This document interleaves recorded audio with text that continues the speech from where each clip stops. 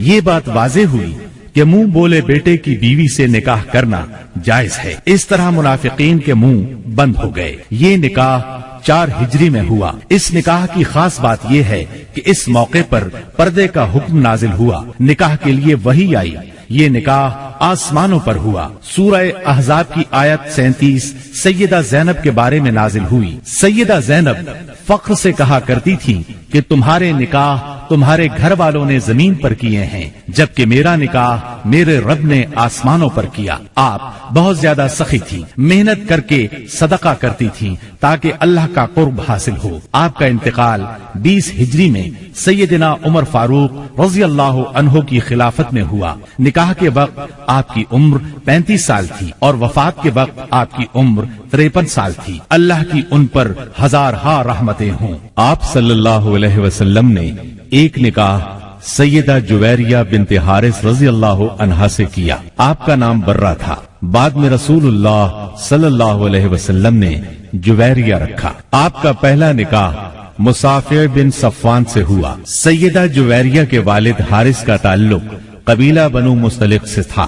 یہ اس قبیلے کے سردار تھے۔ ان لوگوں نے مدینہ منورہ پر حملے کی تیاریاں کی تو نبی صلی اللہ علیہ وسلم نے ان پر چڑھائی کر دی۔ اس لڑائی میں ان کے قبیلے کے 11 مرد قتل ہو گئے، باقی لوگ گرفتار کر لیے گئے۔ گرفتار شدگان میں سیدہ جویریہ بھی تھی۔ مال غنیمت کی تقسیم میں یہ سیدنا ثابت بن قیس رضی اللہ عنہ کے حصے میں آئی، لیکن انہوں نے لونڈی کی حیثیت سے رہنا منظور نہ کیا اور ثابت بن قیس سے اجرت طے کر لی۔ اس سلسلے میں مدد کے لیے نبی کریم صلی اللہ علیہ وسلم کے پاس آئیں تو آپ صلی اللہ علیہ وسلم نے نکاح کی خواہش ظاہر فرمائی۔ سیدہ جویریہ رضی اللہ عنہا رضامند ہو گئیں۔ باپ انہیں معاوضہ دے کر چھڑانے آیا تو انہوں نے باپ کے ساتھ جانے سے انکار کر دیا۔ اس طرح باپ نے بھی اسلام قبول کر لیا۔ صحابہ کرام کو جب معلوم ہوا کہ اللہ کے رسول صلی اللہ علیہ وسلم نے سیدہ جویریہ رضی اللہ عنہا کو اپنی زوجیت میں لے لیا ہے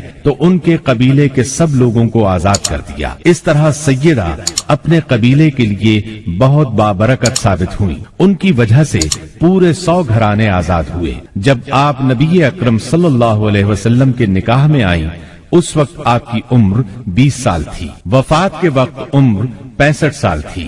آپ نے ربیع الاول 50 ہجری میں انتقال فرمایا۔ آپ نے نہایت سادہ اور زاہدانہ زندگی بسر کی۔ اللہ کی ان پر بے شمار رحمتیں ہوں۔ آپ نے ایک نکاح سیدہ ام حبیبہ رضی اللہ عنہا سے فرمایا۔ یہ سیدنا ابو سفیان رضی اللہ عنہ کی بیٹی تھی۔ آپ کا نام رملہ تھا۔ ام